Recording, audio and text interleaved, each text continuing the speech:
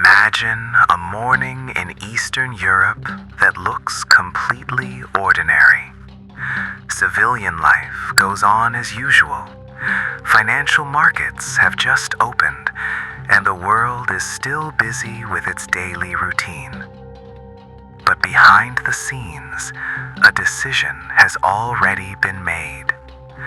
Not a decision to launch an all-out war, but a decision to respond to an escalation that can no longer be ignored. Within hours, NATO and Russia are no longer merely exchanging diplomatic threats, but have officially entered a phase of open conflict. Not a total war, and not a small regional clash either, but something in between, large enough to shake the world, yet controlled enough to avoid global destruction. The first hours of the conflict are not filled with explosions or massive troop movements. Instead, there is a surge of activity inside military and government command centers. Emergency communication lines between nations are opened, crisis meetings run non-stop, and official statements are crafted with extreme caution. Every word is chosen to send a firm message without crossing a dangerous line. The international community quickly realizes that this situation is different from previous crises. This is no longer just diplomatic tension, but a direct confrontation between two of the most powerful military forces on the planet. During the first 6 hours, the priority is not attacking, but readiness. NATO raises its alert status in frontline states, particularly in Eastern Europe and the Baltic region. Troops do not immediately move to attack, but are positioned defensively in ways that are clearly visible. This is both a political and military signal. Alliance territory will be defended. On the other side, Russia responds in a similar fashion. Military readiness is increased, defensive systems are reinforced, and centralized command takes full control of coordination. Both sides understand one critical reality. Small mistakes at this stage could trigger an escalation that spirals out of control. Global markets react almost instantly. Energy prices surge, currencies fluctuate, and investors rush towards safe haven assets. For civilians far from the conflict zone, this becomes the first sign that modern warfare is no longer confined to the battlefield. Its effects are felt worldwide. Yet beneath all of this, the real war has already begun in an invisible domain, the cyber and information space. Within the first 12 hours, digital activity intensifies sharply. Non-critical communication systems experience disruptions, official websites face outages, and data traffic spikes abnormally. There are no total blackouts and no permanent damage, because the objective is not to cripple, but to test and disrupt. At the same time, social media is flooded with competing narratives. Old videos resurface as if they were new events, unilateral claims spread rapidly, and rebuttals appear almost simultaneously. Information becomes a weapon just as important as land, sea, and air power. On the ground, military activity remains controlled.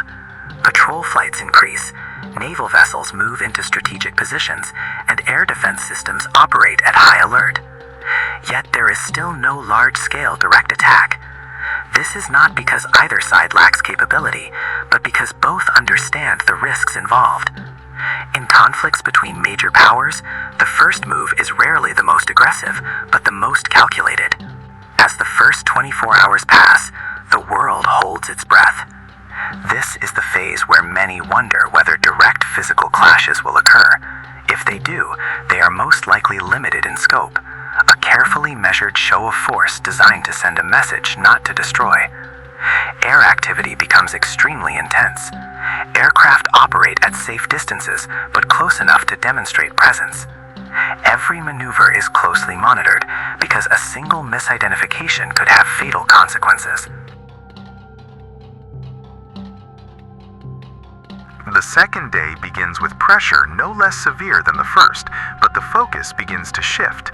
If the first day is about military readiness, the second day is about political and economic endurance. Additional sanctions are announced, trade restrictions expand, and energy becomes a primary instrument of pressure. European countries face a difficult dilemma. On one hand, they are committed to collective security. On the other, domestic economic stability is increasingly at risk. This is the classic challenge of modern conflict. Strategic decisions always come with social and economic consequences. At the military level, paradoxically, heightened readiness is accompanied by strong efforts to avoid direct confrontation. Every troop movement is reviewed, every exercise evaluated for its potential impact on escalation. Crisis communication becomes essential. Dedicated channels are opened to prevent misunderstandings, particularly in air and maritime operations. In conflicts of this scale, intentions often matter less than perceptions. In the public sphere, the narrative also evolves. Media coverage shifts from asking, "What is happening?" to "Where is this heading?" Civilians begin to feel the effects more directly. Fuel prices rise, logistics costs increase, and uncertainty becomes part of daily life. A conflict that is geographically distant now feels uncomfortably close to millions of people around the world.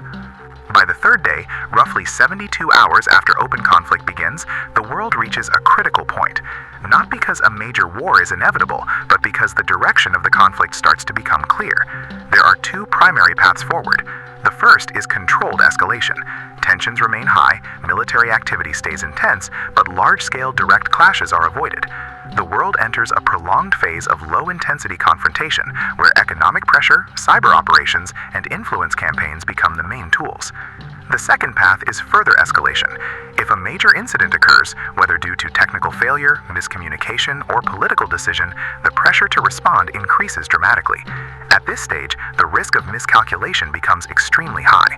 History shows that many major wars do not begin with grand plans, but with a series of small decisions that trigger one another. One thing, however, is almost certain. There will be no quick victory. Both NATO and Russia understand that a full-scale open war would bring global consequences far beyond military objectives alone. A deeply interconnected global economy, energy dependence, and international political stability make total war an outcome that few are willing to accept. In this context, restraint is not a sign of weakness, but a rational strategy. The first 72 hours of an open conflict between NATO and Russia would not be about who is strongest, but about who can maintain control. Control over escalation, control over narratives, and control over economic fallout become decisive factors. Modern warfare is no longer won solely on the battlefield, but also in boardrooms, global markets, and public opinion. If such a conflict were ever to occur, its greatest lesson might be both simple and profound. In a world armed with immense destructive power, true victory is often not about defeating an opponent, but about preventing the world from sliding into far greater devastation. And it is within those first 72 hours that the course of history could change, not through one massive strike, but through a series of decisions made under pressure and uncertainty.